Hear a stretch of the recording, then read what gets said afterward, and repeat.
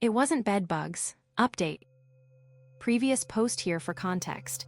I thought all of this was due to bed bugs. After today, I definitely know that isn't the case. I actually think I would prefer the creepy, crawly alternative. I'm writing from a parking lot near a decaying warehouse that looks abandoned. I don't think anyone seen me, but I know now that something weird is going on here. I've been lied to, played with, and I'm trying to figure out what's happening. I'm going to make this quick. I don't think I want to be spotted out here. I talked to Cindy's friends at the diner. I assumed they were just refueling on food after a night of heavy drinking at my apartment. They were surprised to see me when I approached their booth, which means they probably weren't aware of what happened between Cindy and I just an hour before. They asked what I was doing here, a hint of amusement in their question, and offered to hang. One of them got up and gestured for me to sit, a huskier dude in a black hoodie, Mac, who might have been hiding some muscle under his thick clothing. I sat down. Mac returned to the booth sitting next to me. The two across from us, Carl and Joan, might have been a couple. Back at the cider mill, among the brood boxes, they held hands intimately. It was the same case here. Joan was shaved bald. A small tattoo of a pineapple resided on her scalp. Carl, who held her hand, a man with quite the sharp jawline and equally honed facial features, stared at me inquisitively. All of them adorned a silver necklace with a deeply red jewel hanging over their chests. I wasn't really able to sleep. Thought it might be worthwhile to come here and have an early breakfast. I responded to their curiosity. It was only 12 am. You feeling okay? We can drop you off at home, Joan had said in an oddly endearing tone. Ah, maybe, thank you. But I was hoping to get some food in me. Cindy might have told you guys I've been feeling really tired lately. Carl nodded slowly. She mentioned it before, said her little tulip has been wilting. Kind of why we were worried to see you here so late. Little Tulip was Cindy's nickname for me. I always thought it was cute because I've got at least a foot of height on her. It ain't a big deal, man. I won't even make you pay gas money, Mac said playfully, nudging me. Their words appeared considerate, but under all their welcoming expressions, I sensed a hidden tenseness, as if the air in the room became heavier and difficult for them to breathe. Maybe it was just me. Felt like I had two bowling balls under my rib cage. I didn't want to go back to the apartment, yet they insisted so adamantly. I'm sorry, guys. I haven't really been truthful. It's just been a tough night. Cindy and I got into an argument. She kicked me out, I said, putting on my best pouting face. Realistically, I wanted to sprint out of there, but the larger man was blocking my only exit out of the booth. I tried to look down at the table, but I was glancing all over the diner in intervals trying to find a reasonable exit. Can I get you something, hun? The waitress asked. Didn't even hear her walk over. Her voice would have made me fall out of my seat if someone wasn't sitting next to me. I looked for the biggest dish on the menu. Yeah, can I get the American Dream breakfast bash? Tea and honey, please. She wrote down my order and walked away. I was not finishing that meal anytime soon, and therefore, they could not take me back home until my plate was empty. Joan took out her phone. I'm gonna check up on Cindy. No. She's probably asleep now. She worked hard cleaning the place up. I responded quickly, but she waved me off and walked outside. I could see her through the window, under the diner's neon lights, holding the phone up to her ear and saying something into it. I felt stupid for putting myself in this situation. I don't know why I trusted her friends, they just felt familiar and inviting. It was like I was being babysat. My meal arrived, a stack of pancakes, sausages, French toast, eggs, and my cup of tea. Joan returned as well. Cindy wants you to come back with us. I declined with a mouthful of food. But she said Cindy was worried, and my refusal to return home would only make things worse for us. They said I would be selfish for making her worry because I was upset over a small argument. I ate slowly as I thought. Maybe they were right. Am I overreacting? I imagined Cindy kneeling in bed, tears plummeting down her soft cheeks as she pleaded with Joan over the phone. It made me feel selfish. Carl must have caught what I was up to because he requested a takeout box for me when the waitress walked past. It didn't matter. I was already in agreement with them. They dropped me off at the front entrance of my apartment.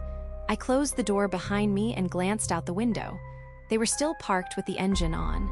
I turned around toward the darkness of the kitchen. Something shined through the void in the direction of the hallway. I waited for my eyes to adjust. Deep thuds instantly echoed throughout the apartment as the shining object grew closer. I raised my arms over my head as I waited for, I don't know, something painful, horrifying maybe. I was enveloped in warmth. I heard soft whimpers in my ear, and something wet slid down my neck. I embraced Cindy in my arms as we stood there in the darkness for just a moment. "Pleasey, please don't leave me like that again," she pleaded in my ear. Her voice filled me with joy, melancholy, anger, and then confusion. I slowly released my grasp of her and backed away. This was the woman I loved. The woman that I had spent 2 years of my life with. The woman who I felt I could be the most honest with. At that moment, I only wished for things to be the same as they were. So I asked, "Why did you do it?" "I did it for you," she said through a cracking voice, holding back tears. We sat at the table as she explained. I wiped away her tears as she told me about a nurse who was a friend of hers she had visited to ask about my constant fatigue, color change, and rashes. Cindy had been taking blood samples from me so the nurse could run tests and figure out what was going on. I was honest with her, told her what she did was insane, more complicated even than just asking me to schedule a checkup. But she was right when she claimed to be worried about the hospital bills. I work as a local gym receptionist and Cindy as a commercial interior painter, both jobs with a lack of pay and practically no benefits. Her nurse friend owed her a favor and would do it for free. I should have asked what she owed her for, but I did. It made sense when she explained it. I even let her show me how to draw my own blood. The syringes were much larger in appearance since I had the time to stick them inside me. One 250 ml syringe would draw blood from my arm or leg, and the other from my neck, chest, or back. I had to withdraw blood until they were both full. I was surprised at how heavy they were when full, then empty them into glass vials for Cindy to store in a refrigerated blue bag of some sort. Like I said, she loved me. I knew that. And because of that, this whole process just felt rational. I knew she would do anything for me, and I for her. So I went along with it. For a few nights, I would bring her vials. She would smile excitedly and give me a kiss before storing them away and shoving the bag into her nightstand. I would always fall asleep instantly that. I remember asking her how the nurse's progress was, or if we could meet her sometime for lunch so I could thank her. She snapped at me, saying it would be rude of us to interrupt her with her work, especially since it was a returned favor. Cindy would inform me on updates as they came to her, but for now the nurse would need more blood. I asked why they needed so much, and she said the tests they were doing were something about duration, not instant results, and to be patient. I was surprised when she talked to me that way, and honestly, it reminded me of when she lashed out that night. I remember one night when I had finished extracting my blood and I had given the vials to Cindy. We were tucked in bed, about to sleep, but I had to use the bathroom. I told her I'd be right back. I did my business and was quiet returning to the bedroom. The door was cracked open slightly. I saw Cindy standing by her nightstand holding the vial I had just given her. She unscrewed the cap and smelled its contents.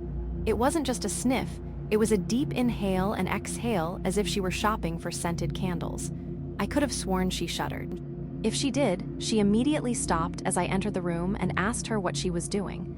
"Making sure everything's okay, you did a perfect job." She resealed them and shoved them back in her bag and into her nightstand. Since she wasn't going to tell me who this nurse was, I decided to just find out myself. Cindy claimed that she would always drop my blood off at the nurse's office during her commute to work. I did indeed watch her place the bag in the passenger seat before she left for work. It just occurred to me I had never actually visited her at work. She hasn't even told me what she did at work, who her work friends were, coworker gossip. That thought lingered with me as I kept my distance while tailing her. She pulled into the parking lot of an abandoned warehouse. It has no glass in its windows, which unveiled the concrete pillars and exposed lumbar inside as I drove past them. The metal exterior is giving way to rust. What I'm saying is, if a nurse operated out of here, I would call the state medical board. Also, a paint job is absolutely not going to fix this building's issues. So what the hell is she doing? I watched her wait by the front door as it opened. Carl was already inside and had let her in. I'm pretty sure her friends aren't also her coworkers. They never really mentioned what they do. All I know about them is that they hang out every week or so. Sometimes they go out and sometimes they're at our apartment or one of theirs. I don't know what it is they do when I'm gone, why Cindy is lying about work and potentially some nurse. It's probably all bullshit. If that's the case, it's like she lives two different lives. I saw some comments on my previous post telling me to be wary of her friends, that she's lying to me, and you're probably all correct. I'm gonna find out what they're doing in this tetanus-ridden slab of concrete and metal, why she's been lying to me, who she truly is. I need to know.